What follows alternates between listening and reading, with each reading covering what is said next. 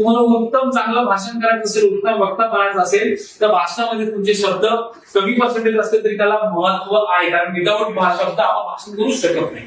त्यामुळे असं नाही त्याला पर्सेंटेज कमी असलं तर त्याला महत्व नाही आहे, पण ते 7% आहे. पण त्याला तुमची जोड पाहिजे 8% तुमच्या एक्सप्रेशनची, तुमच्या हावभावाची. तुम्ही जर म्हणत असाल मला खूप टेन्शन आलं तर तुमच्या टेन्शन तुमच्या चेहऱ्यावरून आणि तुमच्या बॉडी लँग्वेज दिसलं पाहिजे. त्याच्यानंतर तुमचा आवाज व्यवस्थित आणि खणखणीत लोकांपर्यंत पोहोचला पाहिजे.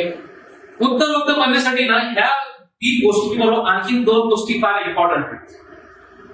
त्या 2 गोष्टी म्हणजे तुम्हाला ना थोडस फिरून बोलता यायला पाहिजे.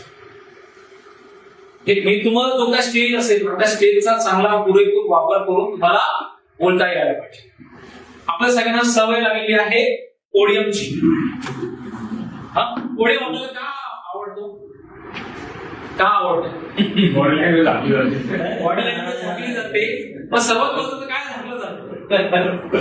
मला वाटणारी भीती, माझे पाय किती लटपटतात ते तुम्हाला कळलं नाही. जरा बरं वाटतं असं सपोर्ट बिपट असं जरा बरं पडलं, टेन्शन वाटत. ओके. आणि काही लोकांना त्याची इतकी सवय लागलेली असते की पोडी नसेल तर त्याची हवा टाईट बरोबर आहे. असं तुम्हाला प्रत्येक ठिकाणी मिळण्याची गॅरंटी नाही. ओके. मागे असंच एका वर्गामध्ये एक व्यक्ती आले होते, ते एका गावाचे सरपंच होते. आणि झालं असं होतं की त्यांचा आत्मविश्वास पूर्णपणे गेला होता. ते चांगलं भाषण करायचे, आवडतं चांगलं म्हणजे चांगलं करायचे. तर ते म्हणाले की मला आता मला सुचत नाही, मला एका गोष्टीमध्ये माझा आत्मविश्वास गेलाय. म्हणजे काय ते बोलले झालं असं की एकदा मी चूक केली, मी माझी भाषण लिहित काढायची. तर मी भाषण लिहून काढलं आणि मला ना थोडीची सवय होती, त्यामुळे काय ते भाषण तिकडे ठेवायचं आणि ते वाचून मी वर्षाला बोलत. तर एका ठिकाणी एका कार्यक्रमाला गेलो, तिथे थोडे नव्हतो. तिथे ना असा एक स्टॅम्पचा माईक होता आणि त्याच्यावरती अशी फळी होती. ओके. आणि त्या फळीवर आणि मैदानात भाषण, त्या फळीवर मी माझं भाषण ठेवलं. मग काय असं हवा आली